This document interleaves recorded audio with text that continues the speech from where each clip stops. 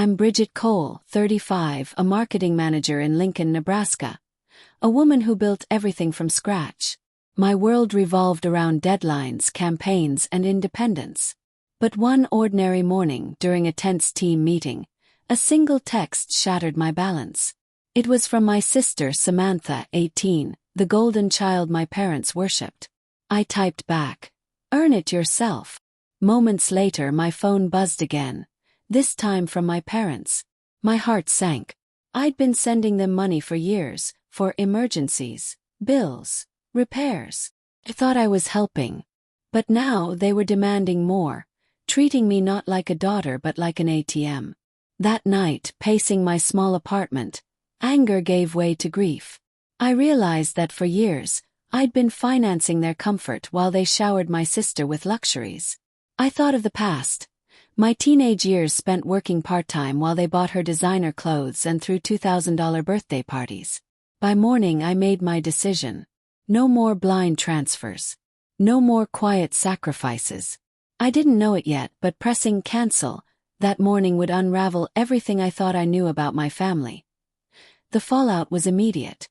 My sister called, screaming I'd ruined everything. My parents texted, threatening to disown me. Hours later, a new email arrived. A bank alert. Froze. I hadn't touched the joint account, the one I'd opened years ago to help with groceries and bills. My parents and sister were the only other signatories. Something snapped. I contacted Ellen Ward, 37, my friend and corporate lawyer. "Can we talk? It's urgent." That evening, Ellen and I sat in her office as she pulled up the account records. What she found hollowed me out. Over 4 years, $100,000 gone. They hadn't just been using the account. They'd been living off it. Funding vacations, paying off secret loans, and spoiling Samantha with things I couldn't dream of affording myself. I sat frozen as Ellen summarized. For years, I'd believed I was helping my struggling parents. Instead, I'd been their silent sponsor. That night, staring at the spreadsheet, I realized I wasn't just betrayed. I'd been robbed by the people who raised me.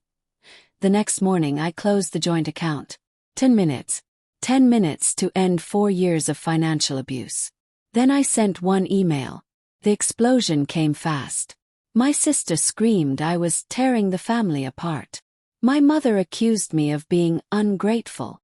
My father warned I'd regret this. But for the first time I didn't cave. A week later I drove to their house, my heart pounding and a folder of proof in my lap. Inside, my parents and sister sat like actors waiting for the final act. "I know everything," I said, laying the documents on the table. Bank records, transfers, debts, and shopping sprees. My mother's eyes flashed with fury, not guilt. My father's voice trembled with accusation. I stared at them.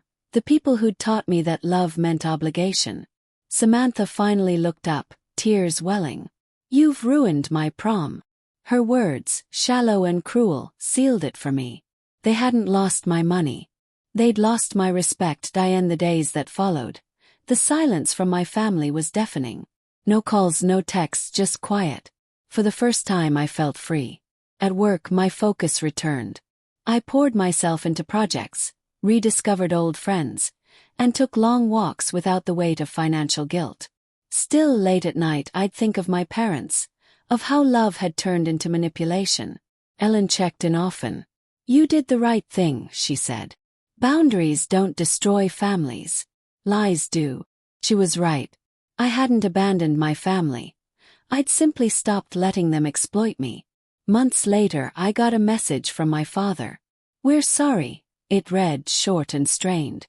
"We didn't realize what we'd done." I never replied. Some apologies come too late. Now, when people ask why I live alone or why I'm distant from my family, I smile and say,